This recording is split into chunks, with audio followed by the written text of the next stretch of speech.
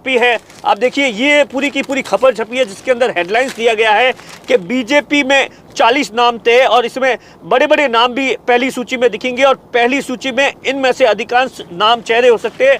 और सबसे पहला जो नाम दिया गया है बाड़मेर से प्रियंका चौधरी का नाम दिया गया है। अब देखिए प्रियंका चौधरी लगातार स्वर्गीय गंगाराम चौधरी की पोती है और लगातार राजनीति के अंदर 15-20 साल से सक्रिय है। और 2008 के अंदर जब आप देखिए गंगाराम चौधरी प्रियंका चौधरी को टिकट दिलाने वाले थे, उस वक्त भी टिकट है वो मधुरेखा चौधरी को दे दिया गया था। और 13 के अंदर प्रियंका चौधरी ने अपना पहला चुनाव लड़ा था, लेकिन उस वक्त बीजेपी के अंदर बड़ी बगावत हो गई थी। मधुरेखा चौधरी है वो निर्दलीय चुनाव लड़ी थी और 20,000 से ज्यादा वोटों से हारी थी। 20,000 से ज्यादा वोट थे वो मधुरेखा चौधरी को मिले थे और उसी कारण से प्रियंका चौधरी है वो 4-5 हजार वोटों से हार गई थी। उसके बाद में 18 के अंदर भी प्रियंका चौधरी का टिकट फाइनल था, लेकिन उस वक्त कहा गया कि कर्नल सोनाराम चौधरी ने वीटो कर वसुंधरा से कर्नल सोनाराम चौधरी टिकट लेकर आए थे। और उसके बाद में 23 और अभी भी ऐसा माना जाता है जितने भी प्रत्याशी दावेदार उम्मीदवार थे उसमें प्रियंका चौधरी टॉप पर थी। लेकिन कुछ ऐसे जो पार्टी के अंदर जो सतपाल मलिक वाला प्रकरण चल रहा है उसको लेकर कहा जा रहा था और उसके बाद में कहा गया कि कुछ केंद्रीय मंत्रियों को चुनाव लड़ रहा है। 2-3 दिन से ये खबर आ रही थी कि कैलाश चौधरी का नाम है वो बाड़मेर विधानसभा से हो सकता है, लेकिन ये प्रियंका चौधरी के लिए बड़ी राहत की खबर है।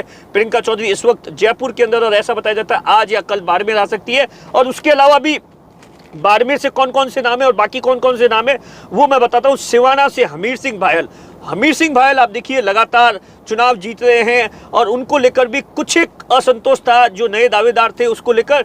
लेकिन हमीर सिंह भायल आप देखिए लगातार पिछली बार भी चुनाव जीते थे, तो वहां पर जिस तरीके से ट्रायंगल फाइट होती है तो उसमें हमीर सिंह भायल है वो हमेशा उस बात का फायदा उठाते हैं, फायदा मिलता है और उस कारण से वो चुनाव जीत जाते हैं। पिछली बार भी मुझे याद है 900 या 1000 वोटों से जीते थे, क्योंकि वहां पर जो पंकज प्रताप सिंह है वो कांग्रेस से वो तीसरे नंबर पर थे और जो बालाराम जो है कल भी बालाराम जी है वो उन्होंने सेकंड नंबर पर थे, उन्होंने निर्दलीय फॉर्म भरा था, उसका फायदा कहीं ना कहीं हमीर सिंह को हुआ था। तो हमीर सिंह पर पार्टी है वो फिर से भरोसा दिखा सकती है। और फलौदी से पब्बा राम है, डूंगरगढ़ से ताराचंद शाश्वत है और बीकानेर ईस्ट से सिद्धि कुमारी है, भरतपुर से भजन लाल शर्मा है। और इस तरीके से ये 40 नाम है मोटे तौर पर, जिसमें बताया गया है गुड़ामलानी से के विश्नोई है। के विश्नोई को लेकर आप देखिए लगातार के विश्नोई लगातार एक्टिव है। और उससे पहले जो के विश्नोई के लादूराम विश्नोई है वो चुनाव लड़ते थे। 2013 के अंदर लादूराम विश्नोई है वो चुनाव जीते थे, 18 के अंदर चुनाव हार गए थे। इस बार फिर से लगातार के विश्नोई है, उस पर पार्टी भरोसा कर सकती है। कांग्रेस से गुड़ामलानी में कौन कुछ होगा ये अभी तक तय नहीं है। नाम तो ऐसा ही बताया जा रहा है हेमाराम चौधरी या उनकी बेटी हो सकती है, लेकिन हेमाराम चौधरी सीधे तौर पर हमारी जो जानकारी है उसमें वहां पर प्रदेश के जो नेता है उनको सीधे तौर पर मना कर चुके हैं कि किसी युवा को मौका मिलना चाहिए। और कुछ लोगों का ये कहना है, जानकारों का है कि हेमाराम चौधरी इस बात को लेकर दबाव बना रहे हैं कि सुनीता चौधरी को मैदान में उतारना चाहिए। सुनीता चौधरी को लेकर भी तमाम तरीके से कयास है, लेकिन वो जहां तक मेरी जानकारी है अभी तक इस बात को लेकर कुछ भी न तो सुनीता चौधरी है वो तैयार है।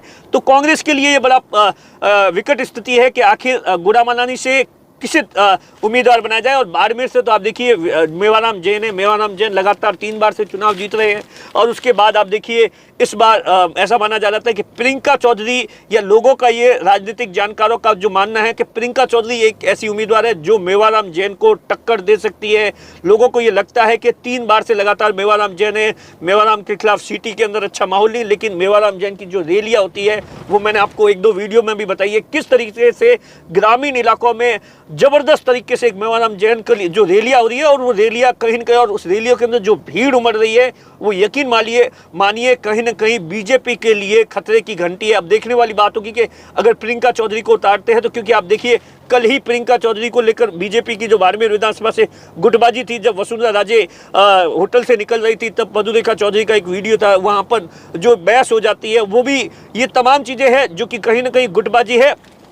तो इस तरीके से कुल मिलाकर 40 नाम हैं। इन 40 नामों को ऐसा माना जा रहा है कि अधिकांश नाम हैं वो जो बीजेपी की पहली सूची के अंदर ये हो सकते हैं।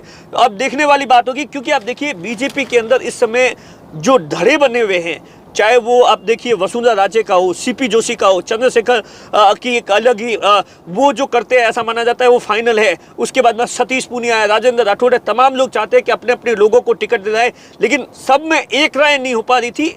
इसीलिए ऐसा बताया जाता है कल रात की बैठक के अंदर ये फैसला किया गया है कि 40 नाम हैं तय किए गए हैं जो कि दिल्ली को भेजे जाएंगे। और ऐसा कहा जा रहा है कि कल जो प्रधानमंत्री नरेंद्र मोदी की रैली है उसके बाद में इसकी घोषणा है वो कभी भी हो सकती है। कैमरे के पीछे नाथू है, मैं आपका साथी दिनेश बोहरा।